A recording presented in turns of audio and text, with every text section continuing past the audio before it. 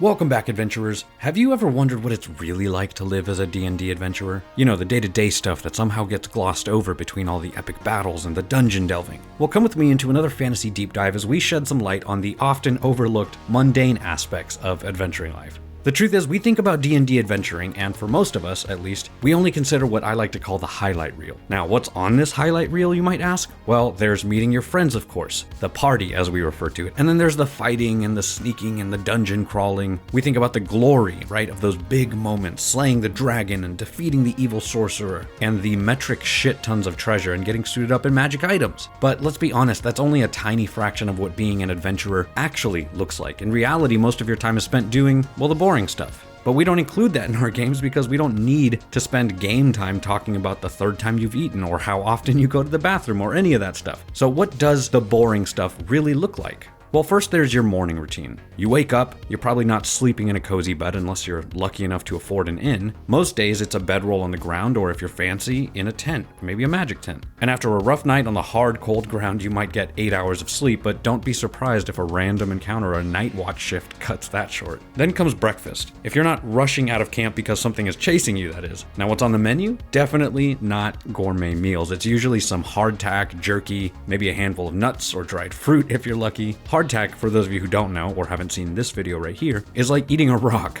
Hard, dry, and tasteless. You'll need rivers worth of water to wash it down, or you can just soak it in a sad excuse for a stew. Now, assuming you've eaten and you're ready for a full day of adventuring, then you have to don your armor. Now, movies make it look really easy, but in reality, it's a whole process. For heavy armor like plate, you're talking at least 10 minutes to get everything strapped and secured, and you'll probably need a squire or a fellow party member to help you out. Imagine gearing up every time you hear a rustle in the bushes. It takes a bit of the glamour out of it, right? Well, for those of you in leather armor or chainmail, sure, it's faster, but let's not pretend those straps and buckles are a breeze, especially when you're half asleep or it's freezing outside. And the real kicker is that the armor isn't exactly comfortable and you've been wearing it all day, so you can expect a few bruises too. Now let's talk travel. Adventurers walk a lot, like a lot. You're covering miles every day, and unless you have a horse, you're doing it all on foot. There are no cars or convenient fast travel points here, and you're hoofing it across plains and forests, up mountains, into caves. And by the end of the day, you're just sore and sweaty, and your feet feel like they've fought a battle of their own. And it's not exactly a pleasant stroll. There's the ever-present threat of bandits and wild animals, and of course, monsters. Every little twig snap or strange noise that you hear sends your party into alert mode, and I mean, who wouldn't be nervous about an owl bear ambush while you're just trying to eat lunch, you know?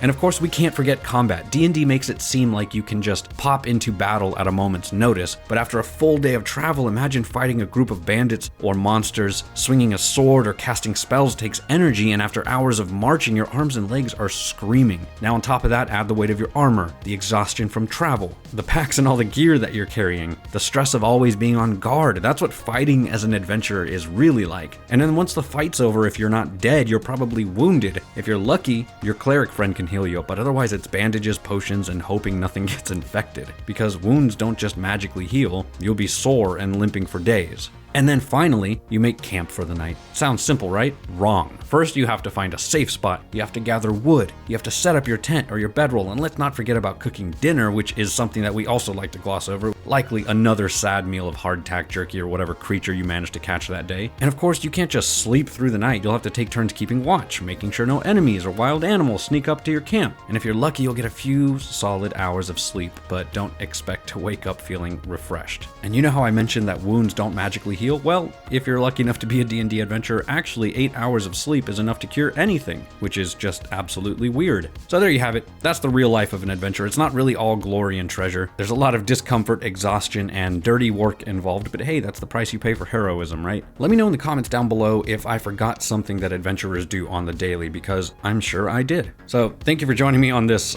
weird little deep dive of the daily grind of a D&D adventurer. If you want to see more types of content like this, don't forget to like and subscribe, and keep adventuring and all that good stuff. Thank you so much for watching. Forge on, my friends, and we'll see you next time, adventurers. And if you're watching this video wondering where little Tobias was, or maybe you're thinking that your eyes just aren't working like they used to, well, Tobias is still missing, and we need you to bring him back. So if you haven't already, head on over to the Instagram, check out our latest post where you'll find all of the information that you'll need. We need you to make some rolls, so head to the comments and help us get Tobias back, because I miss him and it's very lonely up here without him.